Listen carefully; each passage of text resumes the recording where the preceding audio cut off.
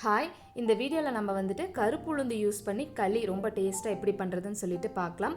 ரொம்ப ஈஸியான ரெசிபி தான், வாங்க பார்க்கலாம். இப்போ இதுக்கு வந்துட்டு நான் ஒரு அரை ஆளாக்கு கருப்பு உளுந்து எடுத்திருக்கேன். ஒரு ஆளாக்கு கருப்பு உளுந்து எடுத்துக்கிட்டிங்க அப்படின்னா 1/4 ஆளாக்கு பச்சரிசி எடுத்துக்கணும். அப்போ இதில் நான் வந்துட்டு இப்போ அரை ஆளாக்கு தான் எடுத்திருக்கேன் இல்லையா, அதனால் அதில் பாதி பச்சரிசி எடுத்துக்கிறேன். 1/4 ஆளாக்கில் பாதி பச்சரிசி எடுத்துக்கிறேன். இப்போ இது ரெண்டையுமே நல்லா வறுத்துட்டு அதுக்கப்புறமா பவுடர் பண்ணி நம்ம செய்ய போகிறோம். ஃபஸ்ட்டு வந்துட்டு உளுந்து ஆட் பண்ணிக்கோங்க. மீடியம் ஃப்ளேமில் வச்சுட்டு மெதுவாக இந்த மாதிரி நல்லா வறுத்து விடுங்க. நல்லா கலர் மாதிரி ஸ்மெல் உங்களுக்கு தெரியும். வறுபட்டதுக்கு அப்புறமா ஸ்மெல் ரொம்ப நல்லாயிருக்கும். அதுவே உங்களுக்கு தெரியும் நல்லா வறுபட்டுருச்சான்னு. கலரும் மாறி வரும். இப்போ உளுந்து நல்லா கலர் மாறிடுச்சு. பச்சரிசி ஆட் பண்ணிக்கலாம். பச்சரிசி நல்லா வறுபட்டதுக்கு அப்புறமா 2 ஏலக்காய் ஃப்ளேவருக்காக நான் ஆட் பண்ணிக்கிறேன்.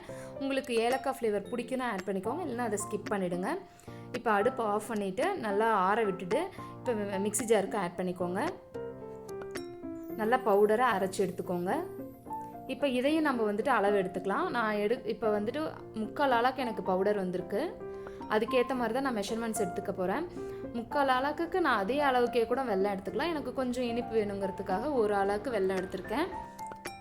தண்ணி அளவு பார்த்திங்கன்னா 1 ஆளாக்கு 4 ஆளாக்கு அளவு. நான் 3/4 ஆளாக்கு எடுத்துருக்கறனால 3 ஆளாக்கு மட்டும் தண்ணி எடுத்துக்கிறேன். 1 டம்ளர் வந்துட்டு வெள்ளைப்பாகுக்காக ஆட் பண்ணிக்கிட்டேன். மீதி 2 நான் பவுடரை கரைச்சி எடுத்துக்க போகிறேன். வெல்லம் வந்துட்டு அடுப்பில் வச்சு நம்ம சூடு பண்ணி எடுத்துக்கலாம். இது வந்து பாகுலாம் எதுவும் கிடையாது, வெல்லம் கரைஞ்சி வந்தாலே போதும். இதை வடிகட்டிட்டு நம்ம அடுத்து யூஸ் பண்ணிக்கலாம். இப்போ நம்ம உளுந்தையும் பச்சரிசியும் வறுத்து அரைச்சி வச்சுருக்கோம் இல்லையா, அந்த மிக்ஸை வந்துட்டு நம்ம அடுப்பில் வச்சு கிண்ட ஆரம்பிச்சிடலாம். இந்த மாதிரி ஒரு பீட்டர் வச்சு நல்லா மிக்ஸ் பண்ணிக்கிட்டே இருங்க, இல்லைனா கட்டிடும். இது ஒரு 15 மினிட்ஸ் இருந்தாலே போதும், இந்த களி ரெடி ஆகிடும். இந்த மாதிரி நல்லா தண்ணி எல்லாமே அப்சர்வ் ஆனதுக்கப்புறமா இப்போ வெள்ளைப்பாகு ஆட் பண்ணிக்கலாம். வெள்ளைப்பாகு ஆட் பண்ணிவிட்டு இந்த மாதிரி நல்லா வேகமாக கலந்து விட்டுட்டே இருங்க.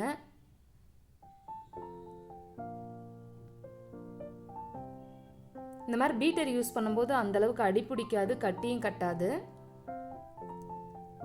இது மாதிரி இப்போ தளன்னு கொதிச்சு வரும்போது நல்லெண்ணெய் ஆட் பண்ணிக்கலாம். நல்லெண்ணெய் வந்துட்டு 1 கப்புக்கு 1/4 கப்பு ஆட் பண்ணலாம். இந்த மாதிரி கொதிச்சு வரும்போது அப்பப்போ ஒரு ஸ்பூனாக ஆட் பண்ணுங்கள். கொஞ்சம் கொஞ்சமாக ஆட் பண்ணிங்கன்னா கரெக்டாக இருக்கும். நல்லா அந்த மாதிரி கலந்து விட்டுட்டே இருங்க.